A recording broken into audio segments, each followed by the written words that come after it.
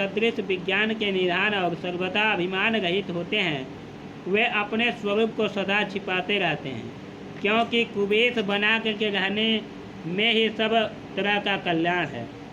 प्रकट संतवेश में मान होने की संभावना है और मान में पतन की। ते ही ते कहीं संत श्रुति टेरे, परम अकिंचन प्रिय हरि केरे। तुम सम अधन भिखारी अगेहा, होत बिरंची श्रीमयी संदेहा। इसी से तो संत और वेद पुकार कर कहते हैं कि परम अकिंचन सर्वथा अहंकार ममता और मान रहित हो भगवान को प्रिय होते हैं।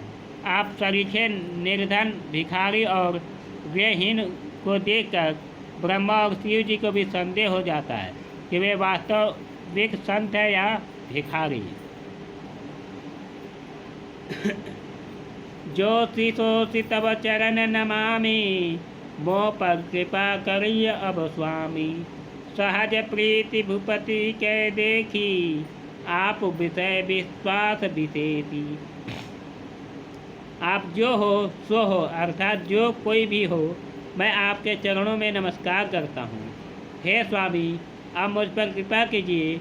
अपने ऊपर राजा की स्वाभाविक प्रीति और अपने विषय में उसका अधिक विश्वास दे करके आगे सब प्रकार राज ही अपनाई, बोले अधिक स्नेह जनाई। सुनो सती भाव कहूँ महिपाला, यहाँ बसत बीत बहुकाला।